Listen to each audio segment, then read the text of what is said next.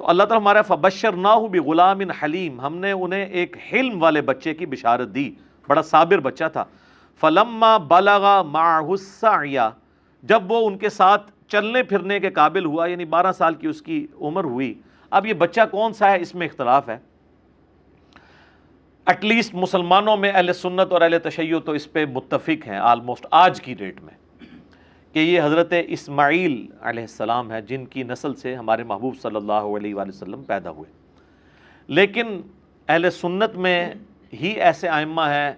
جو یہ مانتے ہیں کہ اس سے مراد حضرت اسحاق ہیں، اور یہودیوں کا بھی یہی موقف ہے۔ بلکہ المستدرک الحاکم میں آپ کو کئی ایک روایتیں بھی ایسی ملیں گی، اگرچہ ان کی سند صحیح نہیں ہے لیکن اہل سنت کی کتابوں میں تو موجود ہے۔ اور اس سے بھی بڑھ کر امام طبری، ابن جریر طبری، جو اہل سنت کے پہلے مفسر ہیں، پہلے 300 سال کے مسلمانوں میں آتے ہیں، انہوں نے جو تفسیر ابن جریر جسے طبری کی تفسیر کہا جاتا ہے، اس میں انہی آیات کے کانٹیکسٹ میں وہ تو وثوق کے ساتھ کہتے ہیں کہ ذبیح اللہ جو ہیں حضرت اسحاق ہیں۔ اس حوالے سے سب سے جو انٹلیکچوئل بحث ہے وہ آپ کو تفہیم القرآن میں ملے گی۔ مولانا مودودی نے قرآن حکیم کی آیات سے ڈائریکٹلی تو ظاہر ثابت نہیں ہوتا، انڈائریکٹلی قرائن کے ذریعے ثابت کیا ہے کہ موسٹ پروبیبل ذبیح اللہ جو ہیں حضرت اسماعیل علیہ السلام ہیں۔ اس کے باوجود ہمارے اسلاف میں بعض لوگ حضرت اسحاق کو ذبیح اللہ مانتے ہیں، جس طرح کہ یہودیوں میں، اس سے کوئی فرق نہیں پڑتا، کیونکہ اس میں اصل میں بتایا جا رہا ہے کہ یہ ابراہیم کی قربانی ہے، چاہے ان کا وہ بیٹا اسحاق تھا اسماعیل تھا، اس سے کوئی فرق نہیں پڑتا،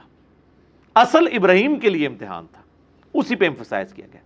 تو اللہ تعالیٰ ہمارا جب چلنے پھرنے کے قابل ہوا، قال یا بنیا، تو ابراہیم علیہ السلام نے کہا اے میرے بچے، انی ارا فی المنام، میں نے خواب میں دیکھا ہے۔ یاد رکھیے گا نبیوں کا خواب وحی الہی ہوتا ہے، بخاری مسلم دونوں میں حدیث ہے کہ نبوت کا 46واں حصہ ہے خواب، انبیاء کے خواب میں شیطانوں کو دخل نہیں ہے۔ انی اذبحک فانظر ماذا تری، میں یہ دیکھ رہا ہوں کہ میں تمہیں خواب میں نے دیکھا کہ میں تمہیں ذبح کر رہا ہوں، تو بتاؤ تمہاری کیا رائے ہے۔ اب ظاہر ہے وہ بھی نبی کا بچہ تھا، اسے پتا تھا کہ جب نبی کو خواب دکھایا گیا تو اللہ تعالیٰ پریکٹیکلی یہ قربانی چاہ رہا ہے۔ ظاہر ہے کہ اب وہ اس ماں کی اولاد ہے کہ جس کو بیابان میں سورہ ابراہیم میں آتا ہے کہ حضرت ابراہیم علیہ السلام ایک بالکل بیابان جگہ میں مکے کے اندر چھوڑ کے چلے گئے اللہ تعالیٰ کے توکل کے اوپر۔ قال یا ابت افعل، انہوں نے کہا اے میرے ابا جان کر گزریے، ما تؤمر، جس کا اللہ نے آپ کو حکم دیا، ستجدونی انشاءاللہ من الصابرین، انشاءاللہ آپ مجھے صابروں میں پائیں گے، آپ کو جو آپ کے رب کا حکم ہے وہ کر گزرے۔ اللہ اکبر۔ فلما اسلما وتلہ للجبین، جب وہ ان دونوں نے سر تسلیم خم کیا۔ اچھا اللہ تعالیٰ اب دونوں کا ذکر کر رہا ہے، یعنی حضرت ابراہیم بھی اور ان کا بچہ بھی، اسماعیل ہوں یا اسحاق کوئی بھی، دونوں نے اللہ کے حضور سر تسلیم خم کیا۔ وتلہ للجبین، اور ماتھے کے بل لٹا دیا حضرت ابراہیم نے اپنے بچے کو۔ ماتھے کے بل اس لیے لٹایا کہ کہیں غلطی سے میری نظر بھی چہرے کی طرف نہ پڑے اور شفقت پدری جو ہے وہ کہیں پہ ٹریگر نہ کر جائے، تو میں دیکھوں بھی نہ۔ وَنَادَيْنَاهُ أَن يَا إِبْرَاهِيمُ، تو اللہ تعالیٰ فرماتا ہے عین اس موقع پہ جب وہ چھری چلانے لگے، ہم نے پکارا کہ اے ابراہیم، قد صدقت الرؤیا، بے شک تو نے سچا کر دکھایا اپنا خواب، اِنَّا كَذَلِكَ نَجْزِي الْمُحْسِنِينَ، بے شک ہم اس طریقے سے ہی جزا دیا کرتے ہیں محسنین کو۔ یعنی حضرت ابراہیم نے تو اپنے بچے کی لائف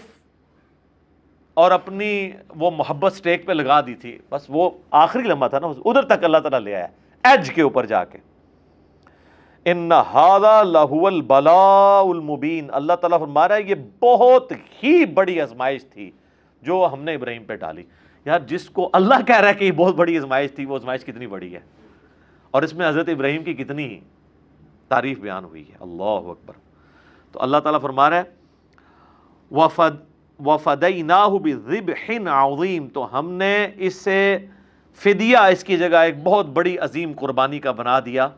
یعنی وہ آسمان سے اللہ کی طرف سے ایک مینڈا نازل ہوا۔ وَتَرَكْنَا عَلَيْهِ فِي الْآخِرِينَ، اور ہم نے اس سنت کو باقی رکھا آنے والوں میں۔ سلام علی ابراہیم، سلامتی ہو ابراہیم کے اوپر۔ کذالک نجزی المحسنین، اسی طریقے سے ہم اپنے نیکوکار بندوں کو بدلہ دیا کرتے ہیں۔ انہ من عبادنا المؤمنین، بے شک وہ ہمارے عبادت گزار بندوں، خاص بندوں میں سے تھے۔ وبشرناہ باسحاق نبیا من الصالحین،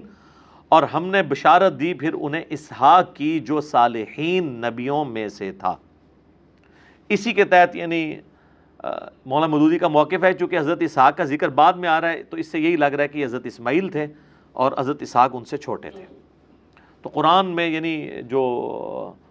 تورات میں حضرت اسحاق کو ذبیح اللہ کہا گیا ہے، لیکن چونکہ وہ ٹیمپرڈ فارم میں ہے، مہیمن اس پہ نگہبان تو یہ والی کتاب ہے، تو اس میں جو اشارہ ہے وہ حضرت اسماعیل کی طرف ہی ملتا ہے۔ تو اللہ تعالیٰ فرما رہا ہے کہ یہ جو ہم نے اس قربانی والی سنت کو آنے والوں میں باقی رکھا، حج کی شکل میں بھی باقی رکھا اور عید قربان کی شکل میں بھی باقی رکھا۔ اور سورۃ الحج میں اللہ تعالیٰ نے حج کی قربانی کا ذکر کیا ہے، اور اس قربانی کو شاعر اللہ تعالیٰ نے ڈکلیئر کیا ہے۔ اور یہ والی جو ہم جس قربانی عام جو عید قربان کا ذکر کر رہے ہیں، یہ بھی اس پہ تو پوری صورت ہے، انا اعطیناک الکوثر فصل لربک وانحر، اپنے رب کا نام لے کر قربانی کرو اور نحر کرو۔ تو یہ حضرت ابراہیم علیہ السلام کی یادیں ہیں جی، جو اس امت میں باقی ہیں سنت ابراہیمی کی شکل میں۔ لیکن اس میں اللہ تعالیٰ نے ایک بات کلیئر کٹ فرما دی، سورۃ الحج میں قربانی کا ذکر آیا تو اللہ تعالیٰ نے فرمایا کہ اللہ تعالیٰ کو نہ تو تمہاری ان قربانیوں کا خون پہنچتا ہے، نہ ہی ان قربانیوں کا گوشت پہنچتا ہے، بلکہ اللہ تمہارے دلوں کے تقوی کو چیک کرتا ہے۔ اسی کو سپورٹیو و صحیح مسلم کی حدیث ہے کہ اللہ تعالیٰ تمہاری شکلوں اور مال کو نہیں دیکھتا، دلوں اور اعمال کو دیکھتا ہے، کہ کس نے اللہ تعالیٰ کے لیے کمٹمنٹ شو کی ہے، اس کا اخلاص اللہ کے لیے کتنا ہے۔ تو اس حوالے سے ایک آخری بات میں کر دوں، پھر انشاءاللہ اگلے سوالات کی طرف چلتے ہیں، کہ حضرت ابراہیم علیہ السلام کی شخصیت وہ شخصیت ہے کہ ہمارے نبی کو ان کی پیروی کا حکم دیا گیا قرآن میں کئی جگہ پہ۔ سورۃ الانعام کے اندر بڑی وہ وجد امیز آیات ہیں اس کے اینڈ پہ، چونکہ سورتوں کا اینڈ بڑا جاندار ہوتا ہے۔ قل اننی ہدانی ربی الی صراط مستقیم، اے نبی تم فرما دو بے شک مجھے تو میرے رب نے ہدایت کا راستہ دکھا دیا ہے، صراط مستقیم کا۔ دین القیم ملت ابراہیم حنیفہ، یہ دین وہ ہے جس کی طرف اللہ نے میری رہنمائی کی ہے، جو کھڑا ہے ابراہیم کی ملت پہ، جو حنیفہ تھے، سب سے ٹوٹ کے ایک اللہ کے ہو جانے والے، وما کان من المشرکین، اور وہ مشرک نہیں تھے۔ سب سے بڑی ڈگری یہ ہے قیامت والے دن، کہنے کو تو یہاں پہ لاکھوں دعوے دار ہیں ہم شرک نہیں کر رہے، لیکن خواہش نفس کو بھی شرک کہا گیا۔ افرائیت من اتخذ الہہ ہوا، نبی بھلا اس شخص کو دیکھا جس نے اپنی خواہش نفس کو اپنا رب مان لیا۔ تو اس درجے میں کہ دنیا کا کوئی گناہ بھی دیکھا جائے تو وہ کسی نہ کسی درجے میں شرک کے شجر خبیثہ کی کوئی شاخ بنتا ہے۔ تو ہر اعتبار سے ابراہیم کو اللہ تعالیٰ نے محفوظ کیا ہے اور یہ ڈگری دی ہے، وما کان من المشرکین۔ قل ان صلاتی و نسکی، اے نبی فرما دو کہ بے شک میری نماز اور میری قربانی، ومحیایا و مماتی، اور میرا جینا اور میرا مرنا، للہ رب العالمین، اس اللہ کے لیے ہے جو تمام جہانوں کا پالنے والا ہے۔ وَبِذَالِكَ أُمِرْتُ لا شریک لہ، اور میں اس کے ساتھ کسی کو شریک نہیں ٹھہراتا۔ وَبِذَالِكَ أُمِرْتُ، اور مجھے اسی کا حکم ہوا ہے، وَأَنَا أَوَّلُ الْمُسْلِمِينَ، کہ سب سے پہلے میں اللہ کے حضور سر تسلیم خم کروں، سب سے پہلا مسلم میں بنوں۔ انہی آیات میں جو ہے نا، قل ان صلاتی و نسکی، بے شک میری نماز اور میری قربانی، ومحیایا و مماتی، اور میری زندگی اور میری موت، کس کے لیے؟ اللہ کے لیے۔ اب آپ ذرا اس کو ریلیشن شپ دیکھیں، قل ان صلاتی و نسکی، میری نماز میری قربانی، ومحیایا و مماتی، میرا جینا اور میرا مرنا اللہ کے لیے۔ یہ جینے کا تعلق نماز کے ساتھ ہے،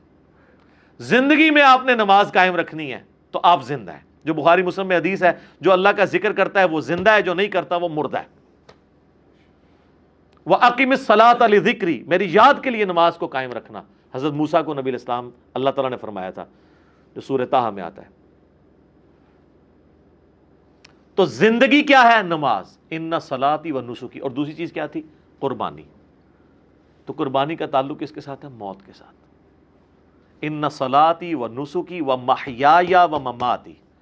نماز کا تعلق حیات کے ساتھ اور قربانی کا تعلق موت کے ساتھ۔ سر یہ جو آپ جانور قربان کر رہے ہوتے ہیں نا، یہ آپ یہ کہہ رہے ہوتے ہیں کہ میں اس جانور کو قربان کر کے سنت ابراہیمی کی یاد تازہ کر رہا ہوں کہ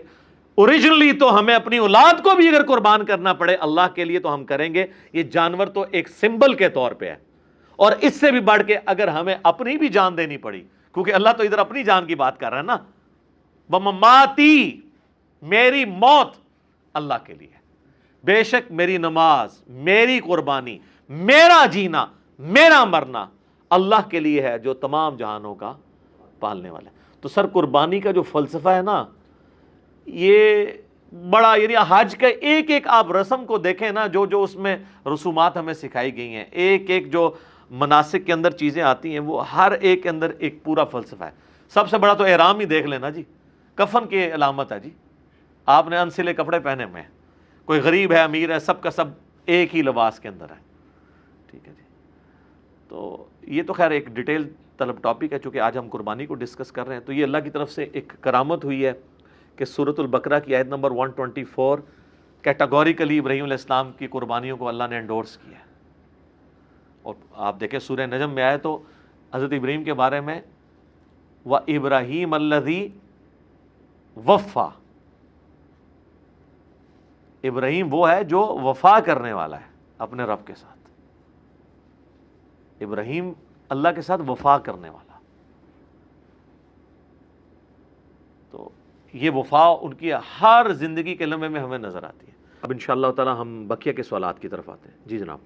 علی بھائی اگلا سوال ہے، حج کے موقع پر دی جانے والی قربانی اور عید قربان کے موقع پر دی جانے والی قربانی میں کیا فرق ہے؟ دیکھیں یہ بہت امپورٹنٹ سوال ہے، عام لوگوں کو اس بارے میں اتنا آئیڈیا نہیں ہے۔ یہ دو الگ سے قربانیاں ہیں۔ اصل قربانی تو وہی ہے جو حج کے موقع پہ دی جاتی ہے، لیکن وہ چونکہ صاحب استطاعت لوگ ہیں جو حج پہ جاتے ہیں، باقی لوگوں کو سنت ابراہیمی کے اعتبار سے اللہ تعالیٰ نے یہ گفٹ کے طور پہ، عبادت کے طور پہ یہ چیز دے دی، عید قربان کی قربانی۔ حج کی جو قربانی ہے اسے کہا جاتا ہے الہدیو، یا ہدی ہم اردو میں بول دیتے ہیں، اور جو عید قربان کی قربانی ہے اسے کہا جاتا ہے الاضحیہ یا اضحیہ، اضحیٰ، عید الاضحیٰ، یہ وہی لفظ قربانی والی عید۔ تو یہ دو قربانیاں آج کی ڈیٹ میں تو یقیناً یہ الگ ہیں، لیکن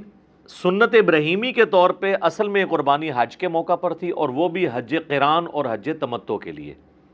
جو سورۃ البقرہ میں آیا کہ جو کوئی ایک سفر میں حج کے دوران عمرے سے نفع اٹھائے تو اسے اللہ تعالیٰ کے حضور قربانی دینی ہوگی، اور جو قربانی کی استطاعت نہیں رکھتا وہ 10 روزے رکھے گا۔ 3 روزے حج کے دنوں میں، یعنی وہ ذوالحجہ کے جو دن آتے ہیں پہلا عشرہ، اس میں بھی 10ویں تاریخ کو چھوڑ کے، اور 7 روزے گھر آ کر، پھر آیا تلک عشرۃ کاملہ، یہ ہوئے پورے 10۔ اور اس میں سورۃ البقرہ میں یہ بھی آیا کہ جب تک تمہاری قربانی قربان گاہ تک نہ پہنچ جائے تم اپنے سر کے بالوں کو نہیں مڈا سکتے، احرام سے آزاد نہیں ہو سکتے۔ اسی لیے حج قران مشکل ہوتا ہے، کیونکہ حج قران میں آپ جانور ساتھ گھر سے لے کے جاتے ہیں، تو جب تک وہ جانور قربان نہ ہو آپ احرام نہیں کھول سکتے۔ اب حج میں بڑے دن پڑے ہیں، آپ عمرہ کر کے بھی احرام کی پابندیوں سے آزاد نہیں ہوں گے جب تک کہ آپ حج بھی نہیں کر لیتے۔ جبکہ حج تمتع میں یہ ہے کہ آپ قربانی کا جانور ساتھ نہیں لے کے جاتے، بلکہ آپ پہلے عمرہ کرتے ہیں، عمرے کے بعد احرام کھول دیتے ہیں، اور اس کے بعد پھر آپ حج کے لیے دوبارہ 8 ذوالحجہ کو ظہر کی نماز کے بعد احرام باندھ لیتے ہیں اور پھر منی چلے جاتے ہیں۔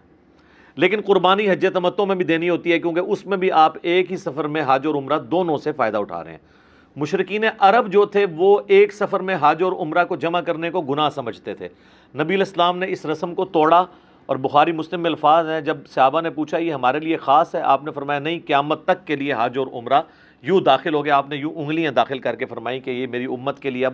ہمیشہ کے لیے کامیابی ہے کہ اتنی دور سے کوئی خرچہ کر کے آئے گا تو ایک ہی سفر میں عمرہ اور حج کر لے، لیکن ایک وقت میں ایک ہی عمرہ وہ کرے گا۔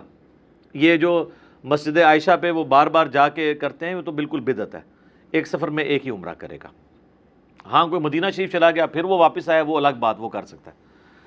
تو وہ جو قربانی ہے وہ ہدی کہلاتا ہے، چاہے وہ قران والے ساتھ لے کے جائیں،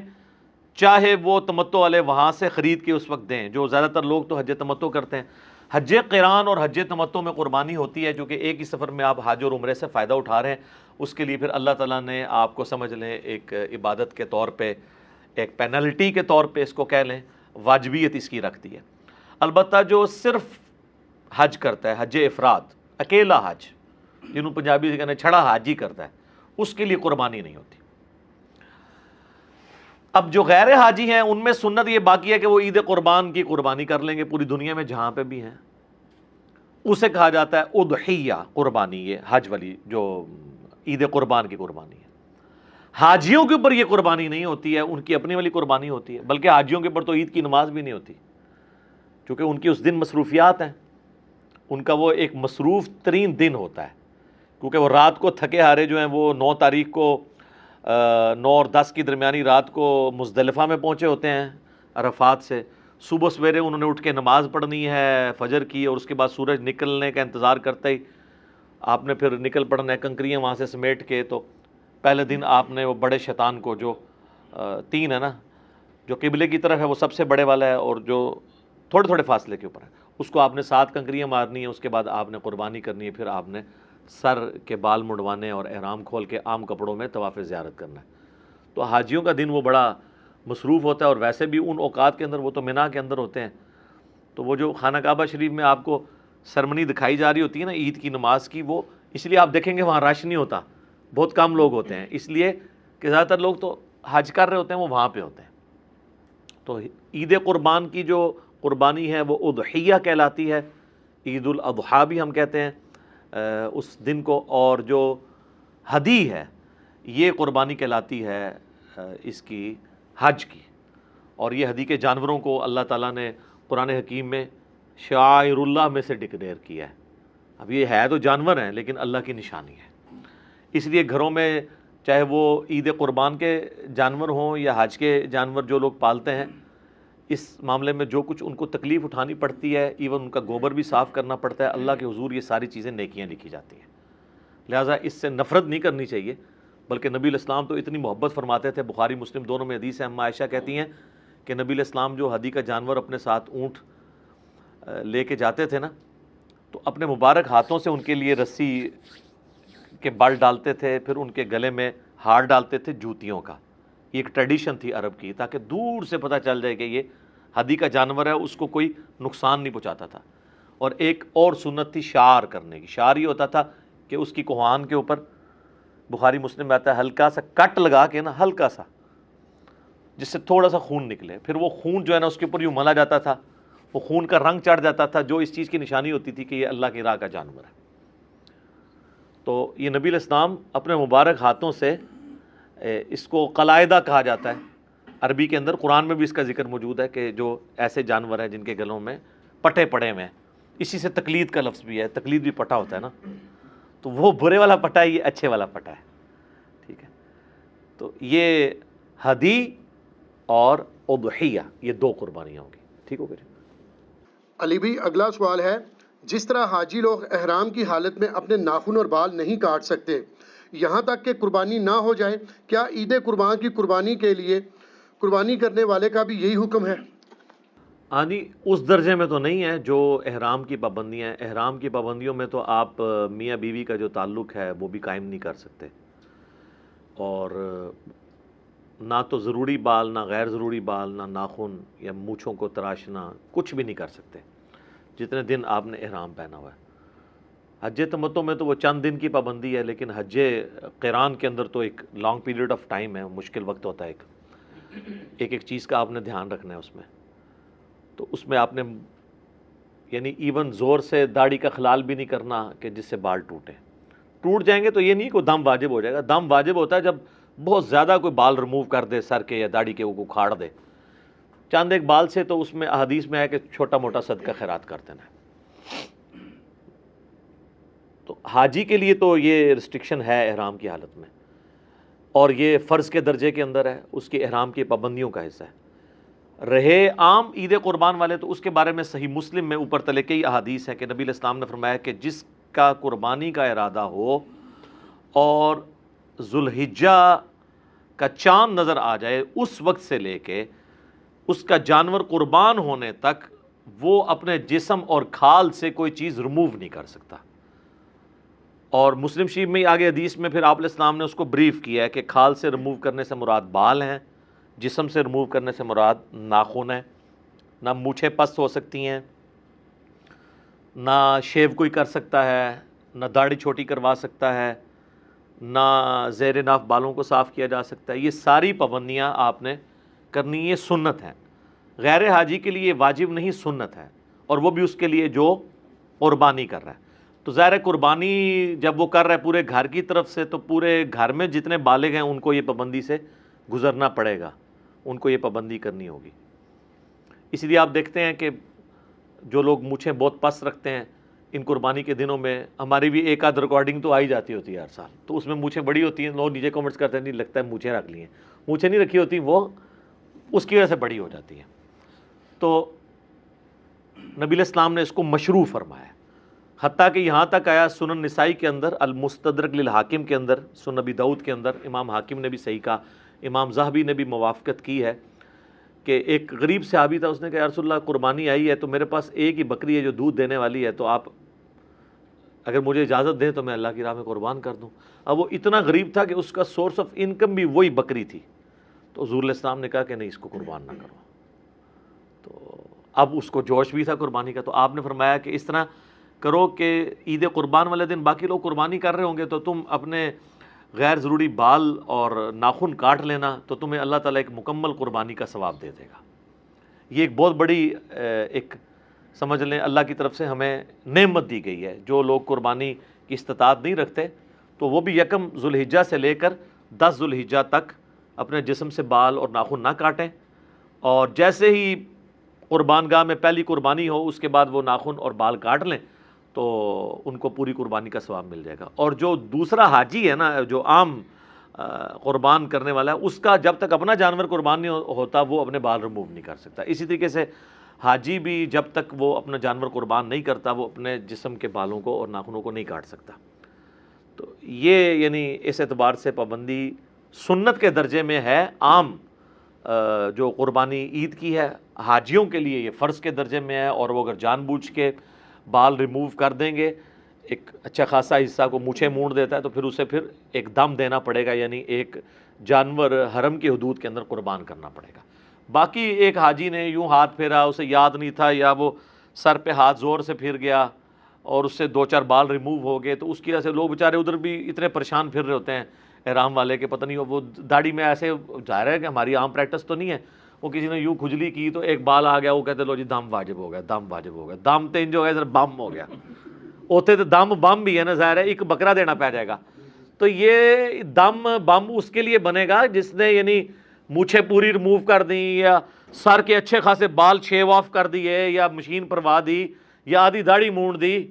یا خط کروا لیا، اس کے لیے۔ یہ جو 2-4 بال ہیں وضو کے دوران نکل گئے یا ویسے ہو گئے تو اس پہ کوئی اس طریقے کا نہیں ہے، اس کو تو نبی الاسلام نے کہا کہ وہ عام چھوٹا موٹا صدقہ اور خیرات کر لے تو کافی ہو جائے گا۔ ٹھیک ہو گیا جی؟ علی بھی اگلا سوال ہے، ذوالحجہ کے مہینے کی کیا کوئی الگ سے بھی فضیلت ثابت ہے یا صرف حج اور قربانی کے حوالے سے اس مہینے کی عظمت ہے؟ حج اور قربانی تو جی کلائمیکس ہے اس مہینے کا، لیکن یہ مہینہ الگ سے بھی ایک فضیلت رکھتا ہے نا جی۔ سورہ التوبہ کے اندر اللہ تعالیٰ نے فرمایا نا کہ جب سے اللہ تعالیٰ نے زمین و آسمان کو پیدا فرمایا ہے تو 12 مہینے ہیں سال کے، ان میں سے 4 حرمت والے ہیں۔ بخاری اور مسلم میں اسی آیت کے کانٹیکسٹ میں ایک حدیث ہے کہ نبی علیہ السلام نے فرمایا وہ 4 حرمت والے مہینے 3 کنزیکٹیو ہیں، ذی قعدہ، ذوالحجہ اور محرم، اور ایک الگ سے ہے رجب کا مہینہ۔ ان 4 مہینوں میں آپ قتال نہیں کر سکتے تا وقت کہ کافر آپ پہ جنگ تھوپ نہ دے۔ اس لیے آپ دیکھیں جنگ صفین جو تھی اس کے دوران بھی یہ مہینہ آ گیا تھا، اس کا حرمت والا مہینہ، تو جنگ روک دی گئی تھی۔ تو حرمت والا مہینہ یہ ذوالحجہ، اس اعتبار سے تو اس کی اہمیت ہے۔ باقی بڑی عید ہے ہماری 10 ذوالحجہ کو، اسی طریقے سے حج کی ساری ایکٹیویٹیز ذوالحجہ کے مہینے میں، تو یہ تو سارے فضائل اس کو حاصل ہیں۔ ایک جنرل حدیث ہے صحیح بخاری کے اندر کہ نبی صلی اللہ علیہ وآلہ وسلم نے فرمایا باقی پورے سال میں کیے ہوئے اعمال کبھی بھی ذوالحجہ کے پہلے 10 دنوں میں کیے ہوئے اعمال کے برابر نہیں ہو سکتے۔ اب یہ کیٹاگوریکلی ہے، یعنی ایون رمضان کی کوئی عبادت بھی یہ پہلے 10 دنوں کا مقابلہ نہیں کرتی، بلکہ اکثر مفسرین کا اتفاق ہے، یہ سورۃ الفجر میں جو اللہ نے قسم یاد فرمائی ہے نا، والفجر ولیال عشر، فجر کے وقت کی قسم اور 10 برکت والی راتوں کی قسم، یہ 10 راتیں جو ہیں وہ ذوالحجہ کی 10 راتیں ہیں، یکم ذوالحجہ سے لے کے 10 ذوالحجہ تک۔ تو بخاری کی اس حدیث میں آیا ہے کہ پورے سال میں نیک اعمال کا وہ ثواب نہیں ہے جو ان پہلے 10 دنوں کے اندر ہے، کوئی بھی نیک عمل۔ تو صحابہ نے کہا کہ کیا جہاد اور قتال بھی اگر کوئی شخص کرے باقی دنوں میں تو اس سے بھی یہ 10 دن کا عمل بڑھ جاتا ہے؟ تو آپ نے فرمایا کہ جہاد اور قتال سے بھی بڑھ کے ان 10 دنوں کے اندر عبادت کرنے کا ثواب ہے، سوائے ایک ایکسیپشن کے ساتھ کہ کوئی شخص اللہ کی راہ میں جہاد اور قتال کے لیے جائے اپنا مال اور جان لے کر، اور واپسی پہ نہ اس کی جان بچے نہ مال بچے، یعنی سب کچھ لٹا کے آ جائے نا ادر دین ذوالحجہ کے مہینے میں، تو وہ شخص ہی ذوالحجہ کے پہلے 10 دنوں میں کی ہوئی عبادت کو کے سے بڑھ سکتا ہے، باقی صرف قتال کرنے والا بھی نہیں بڑھ سکتا۔ کتنی بڑی فضیلت ہے۔ اور اسی حدیث کا ایک طریق مسند احمد میں ہے جس کی صحت کے اوپر اتفاق ہے لیکن وہ فٹ ان بیٹھتا ہے، کہ نبی علیہ السلام نے یہی الفاظ ہیں بخاری والے، اور آگے الفاظ ہیں کہ ان 10 دنوں کے اندر اللہ تعالیٰ کی تحمید، تحلیل اور تکبیر بلند کرو۔ تحلیل کہتے ہیں لا الہ الا اللہ کو، تحمید کہتے ہیں الحمدللہ کو، تسبیح کہتے ہیں سبحان اللہ کو، تکبیر کہتے ہیں اللہ اکبر کو۔ اور یہ چاروں وظائف آپ کو پتہ ہے ایک ہی کلمے میں جمع ہے، سبحان اللہ والحمدللہ ولا الہ الا اللہ واللہ اکبر، جس پہ میرا یوٹیوب پہ کلپ بھی ہے، سب سے بہترین وظیفہ، آلموسٹ 3 لاکھ کے قریب لوگ دیکھ چکے ہیں، اس میں میں نے کئی احادیث اس حوالے سے بتائی ہیں جو ان 4 کلمات کے حوالے سے۔ تو اس میں بھی اسپیسیفکلی تکبیر کا ذکر آتا ہے، سورۃ البقرہ میں حج کا ذکر بھی آئے گا تو آپ کو آئے گا تکبیر بلند کرو، سورۃ البقرہ میں رمضان کے بعد عید کا ذکر آئے گا تو کہا گیا عید والے دن تکبیر بلند کرو۔ تو وہ تکبیر بلند کرنا تو سمپل اللہ اکبر کہنا ہے۔ اس کے علاوہ آپ کو المصنف ابن ابی شیبہ میں، سنن الکبریٰ البیہقی میں، مصنف عبد الرزاق میں صحابہ اور تابعین سے کئی ایک اقوال ملیں گے۔ کوئی پڑھتا تھا سبحان اللہ والحمد للہ ولا الہ الا اللہ واللہ اکبر، کوئی پڑھتا تھا اللہ اکبر کبیرا والحمد للہ کثیرا وسبحان اللہ بکرۃ واصیلا، کوئی پڑھتا تھا اللہ اکبر لا الہ الا اللہ واللہ اکبر وللہ الحمد۔ تو اس طرح کے کئی ایک کلمات جن میں اللہ کی تکبیر بلند کی گئی ہے، جو معصورہ چیزیں کتاب و سنت سے ثابت ہیں، آپ وہ تمام الفاظ استعمال کریں تو یہ تکبیرات۔ اور پھر آپ یہ دیکھیں یہ تکبیرات آپ امام بخاری نے تو باقاعدہ صحیح بخاری میں اسی حدیث جو میں نے بیان کی کہ ذوالحجہ کے فضیلت، اس کی ہیڈنگ کے اندر انہوں نے لیا ہے کہ جو ابن عمر اور ابو ہریرہ تھے رضی اللہ عنہما، وہ ان 10 دنوں کے اندر بازار میں جا کے تکبیرات کو بلند کیا کرتے تھے، کیونکہ یہ تکبیرات بلند کرنے کے ہیں۔ بلکہ امام بخاری اسی پھر چیپٹر میں کی ہیڈنگ میں لے کے آئے کہ امام محمد باقر جو تھے، امام جعفر کے والد اور امام زین العابدین کے بیٹے، امام حسین علیہ السلام کے پوتے، ان کے بارے میں کہ وہ عام نمازوں میں فرض نماز کے علاوہ بھی جو نوافل ادا کرتے تھے نا، جنہیں ہم سنت مؤکدہ کہتے ہیں، اس کے بعد بھی تکبیرات بلند کیا کرتے تھے۔ ایک تو وہ ہے نا جو سنن الکبریٰ البیہقی کے اندر، المصنف ابن ابی شیبہ میں، باقی کتابوں میں مولا علی علیہ السلام کا آپ کو ملے گا کہ مولا علی علیہ السلام جو ہیں وہ 9 ذوالحجہ کی فجر سے لے کے، یعنی حج والے دن کی، اور 13 کی مغرب سے پہلے تک، یعنی عصر کی نماز تک، ہر نماز کے بعد بلند آواز سے یہ تکبیرات پڑھا کرتے تھے، اللہ اکبر لا الہ الا اللہ واللہ اکبر وللہ الحمد، جو اہل سنت اہل تشیع کے ہاں کامن ہے۔ اور الفاظ سے بھی آپ پڑھ سکتے ہیں تو یہ تکبیرات خاصہ ہیں، فرض کے بعد بھی ہیں، نوافل کے بعد بھی آپ پڑھ سکتے ہیں۔ اور اس میں جو عام سنت اذکار ہے نا، جس طرح سلام پھیرتے ہی ہم پڑھتے ہیں اللہ اکبر، استغفر اللہ استغفر اللہ استغفر اللہ، اللہم انت السلام و منک السلام تبارک یا ذا الجلال والاکرام، وہ آپ نے اپنی جگہ پڑھنا ہے۔ اس میں بھی آپ دیکھ لیں تکبیر پہلے ہی بلند ہو رہی ہے، اس میں بھی تکبیر آ رہی ہے اللہ اکبر۔ تو تکبیر کے جتنے بھی الفاظ ہیں نا وہ سب کے سب یعنی اس کا خاصہ ہے ان دنوں میں، جو ان کو اس میں جو قرآن حکیم میں سورۃ البقرہ میں ایام معدودات کہا گیا ہے، یعنی گنتی کے امپورٹنٹ دن، اور ان میں بھی اسپیسیفکلی ایام تشریق ہیں، ایام النہر ہیں، اور حج کا دن، یعنی 9 ذی الحجہ حج کا دن، 10 ذی الحجہ عید کا دن جو یوم النہر بھی ہے، پھر 11 اور 12 بھی، اور 11 12 13 جو ہے انہیں ایام تشریق بھی کہتے ہیں۔ تشریق ہوتا تھا کہ وہ پرانے زمانے میں تو آپ کو پتہ ہے فریج اور برف نہیں ہوتی تھی، تو گرم علاقوں میں دھوپ میں گوشت کو خشک کیا جاتا تھا تاکہ وہ بعد میں استعمال کیا جائے، تو وہ اس خشک کرنے کو کہا جاتا تھا تشریق، جو آج بھی آپ دیکھیں جن لوگوں کو یہ پتہ ہے تو وہ کرتے ہیں، وہ کئی مہینے تک گوشت استعمال کرتے ہیں، اس میں بیکٹیریا نہیں پڑتا، جس طرح کہ اچار اگر آپ پانی ریموو کر کے آئل میں ڈال دیں تو اس میں بیکٹیریا نہیں پڑتا، تو یہ دھوپ میں خشک کیا گیا گوشت، اس عمل کو تشریق کہا جاتا ہے، اس لیے وہ ایام تشریق کہلاتے ہیں کہ اس میں گوشت کو وہ دھوپ میں خشک کیا کرتے تھے۔ تو ایام تشریق کے اندر آپ نے یہ تکبیرات کو بلند کرنا ہے، عید والے دن بھی کرنا ہے۔ 9 ذی الحجہ کی فجر کے بعد سے شروع ہو جاتا ہے، اور اس میں یہ ہوتا ہے کہ بعض اوقات آپ کی جماعت سے نماز رہ گئی ہے اور آپ ویسے پڑھ رہے ہیں تو اس میں بھی آپ نے کرنا ہے، تو یہ ایک مشروع ہے چیز۔ اور اس کے علاوہ بھی آپ ان دنوں میں بلند آواز سے بازار میں بھی بلند کر سکتے ہیں، لا الہ الا اللہ وحدہ لا شریک لہ لہ الملک ولہ الحمد وہو علی کل شیء قدیر۔ تو یہ سب کی سب تسبیحات ہیں، یہ سب کی سب تسبیحات آپ ان دنوں میں کریں۔ اور اسی طریقے سے ایک اور امپورٹنٹ چیز جو اس میں آتی ہے وہ یوم عرفہ کا روزہ بھی ہے، وہ ذو الحجہ کی 9 تاریخ کو آپ نے رکھنا ہے، وہ بھی اس کی عبادت کے اندر شامل ہے۔ صحیح مسلم میں نبی صلی اللہ علیہ وآلہ وسلم کا فرمان موجود ہے کہ میں اللہ سے امید کرتا ہوں کہ یوم عرفہ کا روزہ 2 سال کے گناہوں کا کفارہ بن جائے گا، 1 سال گزرا ہوا ایک آئندہ، یعنی یہ گناہ صغیرہ ہیں، کبیرہ تو صرف توبہ سے معاف ہوتا ہے، تو وہ بھی اس کی عبادت ہے کہ ایک عبادات اس کے اندر آتی ہیں، اور وہ آپ نے اپنے علاقے کے مطابق دیکھ کے چلنا ہے، یعنی جہاں پہ آپ کی 9 ذی الحجہ بن رہی ہے آپ اس اعتبار سے لے کے چلیں۔ تو یہ کئی ایک عبادات ہیں، یعنی ذو الحجہ کا مہینہ حرمت والا مہینہ بھی ہے۔ آپ بخاری مسلم کی وہ حدیث بھی دیکھیں نا، نبی علیہ السلام نے جو یوم النہر کا خطبہ دیا تھا منا کے میدان میں، تو آپ نے کیا فرمایا تھا؟ سب سے پہلے پوچھا آج کون سا دن ہے، صحابہ خاموش ہو گئے۔ آپ نے پوچھا یہ کون سا مہینہ ہے، صحابہ خاموش ہو گئے، اور صحابہ کہتے ہیں ہمیں پتہ تھا لیکن ہم خاموش اس لیے ہوئے کہ ہو سکتا ہے نبی علیہ السلام اس کا نام تبدیل کر دیں، اور کہا کہ یہ کون سا شہر ہے، تو صحابہ خاموش رہے۔ تو آپ نے فرمایا کہ کیا یہ ذو الحجہ کا حرمت والا مہینہ نہیں ہے؟ کیا یہ آج کا دن یوم النہر کا دن نہیں ہے؟ اور یہ شہر مکہ نہیں ہے حرمت والا شہر؟ جس طریقے سے آج کا یہ مہینہ، یہ دن، اور یہ شہر مکہ اللہ کے نزدیک حرمت والا ہے، اسی طریقے سے تمہاری جان، مال، عزت، آبرو ایک دوسرے کے اوپر حرام ہے۔ پھر آپ علیہ السلام نے فرمایا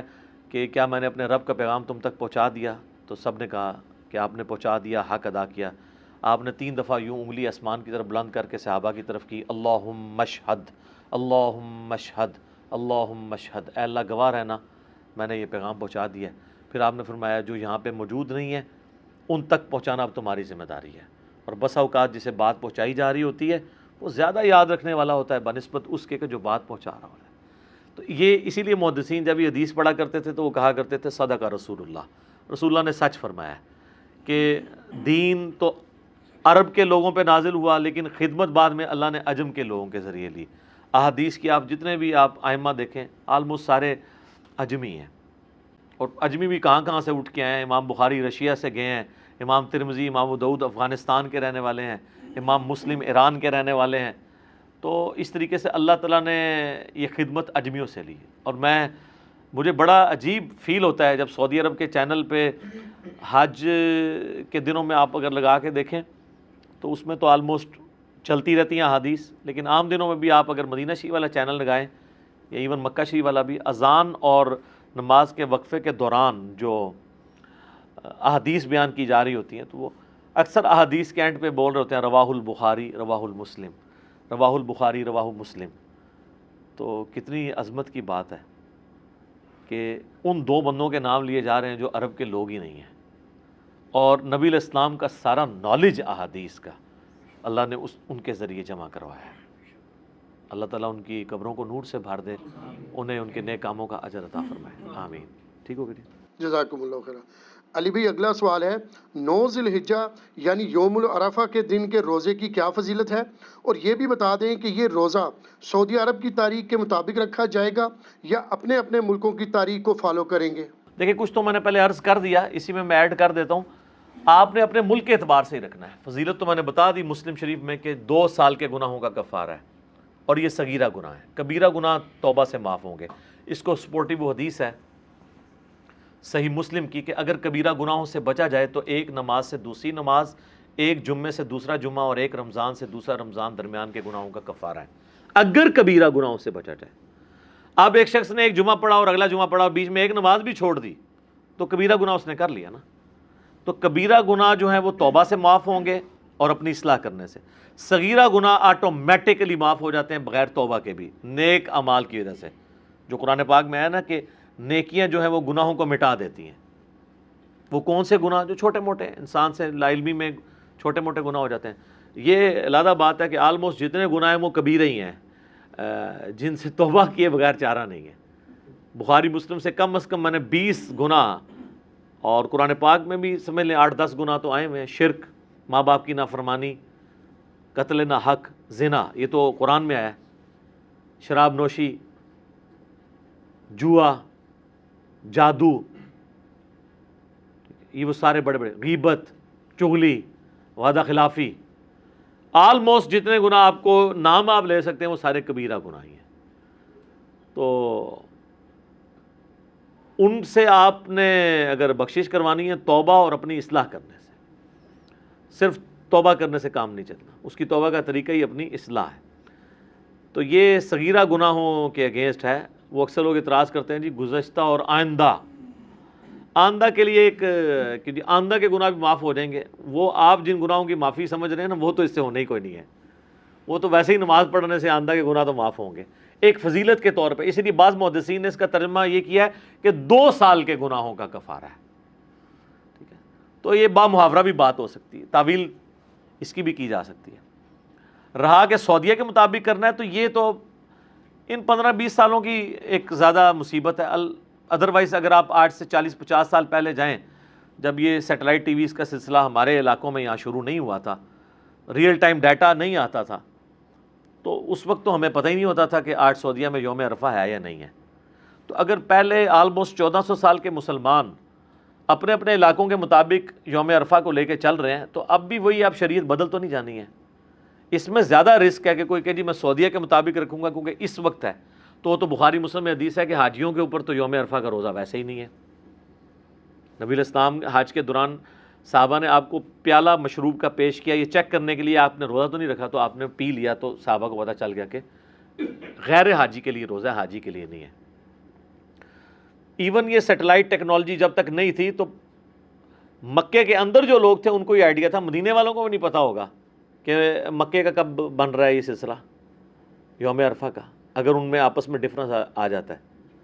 آج چونکہ ریئل ٹائم ڈیٹا آ رہا ہے اس لیے یہ فتنے بھی زیادہ کھڑے ہو رہے ہیں جی سعودیہ کو دیکھیں گے، سعودیہ کو دیکھیں گے. سعودیہ کو دیکھیں گے 10 محرم بھی یہاں کی ہوگی، رمضان بھی یہاں کا ہوگا، عیدیں بھی یہاں کی ہوگی، سعودیہ کو نہیں آپ نے دیکھنا. آپ نے اپنے علاقے کے مطابق یہ 9 ذی الحجہ کا روزہ ہے. وہ کہتے نہیں لفظ تو آیا ہے یوم عرفہ تو اس کا نام یوم عرفہ ہے نا، جیسے 10 محرم کا نام عاشورہ ہے. ویسے تو ہر مہینے میں عاشورہ موجود ہوتی ہے، عاشورہ کہتے ہیں 10ویں دن کو، لیکن جب سمپلی عاشورہ بولا جاتا ہے اس سے مراد محرم کی 10 تاریخ ہے تو یوم عرفہ ہی اسے بولا جائے گا. تو اس لیے آپ نے اپنے علاقے کے مطابق اس کو لے کے چلنا ہے. اور باقی اس میں علم الکلام اور فقہ والا جواب یہ ہے کہ آج سے 40-50 سال پہلے تک تو آپ کی شریعت ہی پھر یہ والی لاگو نہیں تھی جو آج آپ نے امت کے اوپر لاگو کر دی ہے. تو پہلے 1300 سال کے مسلمان جس شریعت کو فالو کر رہے تھے ہم آج بھی اسی شریعت کو بہتر سمجھتے ہیں فالو کرنے کے اعتبار سے. دوسرا یہ ہے کہ امریکہ میں جس وقت دن ہوتا ہے تو سعودی عرب میں رات ہوتی ہے. سعودی عرب میں جب یوم عرفہ آنا ہے تو امریکہ میں تو اس وقت رات ہوگی. وہ کہتے ہیں نہیں, جب وہ وہاں پہ داخل ہو رہا ہوگا تو داخل تو دن پھر یہاں سے داخل ہونا شروع ہوتا ہے نا. زمین تو آپ کو پتہ ہے نا مشرق سے مغرب کی طرف روٹیٹ کر رہی ہے, اس لیے مشرق میں پہلے سورج نکلتا ہے. پہلے سورج نکلے گا مشرق میں, آپ جائیں یعنی آسٹریلیا کی طرف چلے جائیں تو پہلے سورج طلوع ہو رہا ہے ہم سے, پھر اس طرح کرتے کرتے کرتے جب ہمارا طلوع ہوتا ہے تو ہمارے سے 2 گھنٹے بعد سعودیہ کا ہوتا ہے. تو دن تو وہی ٹریول کر رہا ہے نا اس اعتبار سے. تو اگر آپ اسپیسیفکلی دیکھیں تو دن پہلے, لیکن وہ چاند کی تاریخوں کا اعتبار چونکہ علیحدہ ہوتا ہے, اس کے اوپر بھی میرا رؤیت ہلال کے اوپر اور چاند دیکھنے کے مسئلے کے اوپر, مون سائٹنگ کے اوپر ویڈیو کلپ ریکارڈڈ ہے. مختصر یہ ہے کہ آپ اپنے علاقے کے مطابق رکھیں گے, اور کل کو اگر آپ نے یہ کہنا ہے کہ ہم نے وہاں دیکھنا ہے تو پھر آپ میں سے کوئی ایک اور بندہ اٹھے گا, وہ کہے گا جی یہ جو آپ پھر عید کر رہے ہیں پھر وہ بھی سعودیہ کے مطابق کریں, کیونکہ اصل تو وہ جو ہے وہ حج کی یہ رسم باقی رکھی گئی ہے, تو حج تو وہاں پہ ہو رہا ہے, یہ پھر اگلی پھکی ہے. اسی طریقے سے وہ جو مولا علی علیہ السلام کا میں نے بتایا سنن کبریٰ البیہقی اور مصنف ابن ابی شیبہ سے کہ وہ 9 ذوالحجہ کی صبح سے لے کے فجر سے لے کے 13 کی عصر تک تکبیرات پڑھتے تھے, تو آپ پھر کہیں گے جی وہاں تو تکبیرات شروع ہو چکی ہوئی ہیں, تو وہ تو پھر آپ کو 8 کو شروع کرنی پڑیں گی یہاں, اور 1 دن پہلے ختم کرنی پڑیں گی. ایک فائدہ ہو جائے گا کہ جنہوں نے یہ سیاپا ڈالا ہوا ہے نا, وہ آج کی ان کو قربانی جو ہے وہ 3 دن پہ آ جائے گی, کیونکہ اتنے جو چوتھا ہونا ہے نا اتنے تیسرا ہونا ہے. تو چلو قربانی اگر اس میں 3 دن آندی ہے تو سٹارٹ تو ظاہر احتیاط سے نہیں کریں گے نا, وہ ایک جیسے زور احتیاطی انفی پڑھتے ہیں نا, تو وہ کہیں گے پہلا دن احتیاطی ہو گیا کہ ہم مسلمانوں کے ساتھ عید کر لیتے ہیں. تو یہاں جب چوتھا دن ہو تو ان کو اس وقت چوتھے دن بتایا کریں گے سعودیہ میں تو آج 5واں دن چل رہا ہے تو آج قربانی نہیں ہو سکتی, تو آپ نے کرنی ہے ادھر جا کے کریں, وہ بھی خیر ضعیف روایت ہے. ٹھیک ہوگا جی. جزاک اللہ.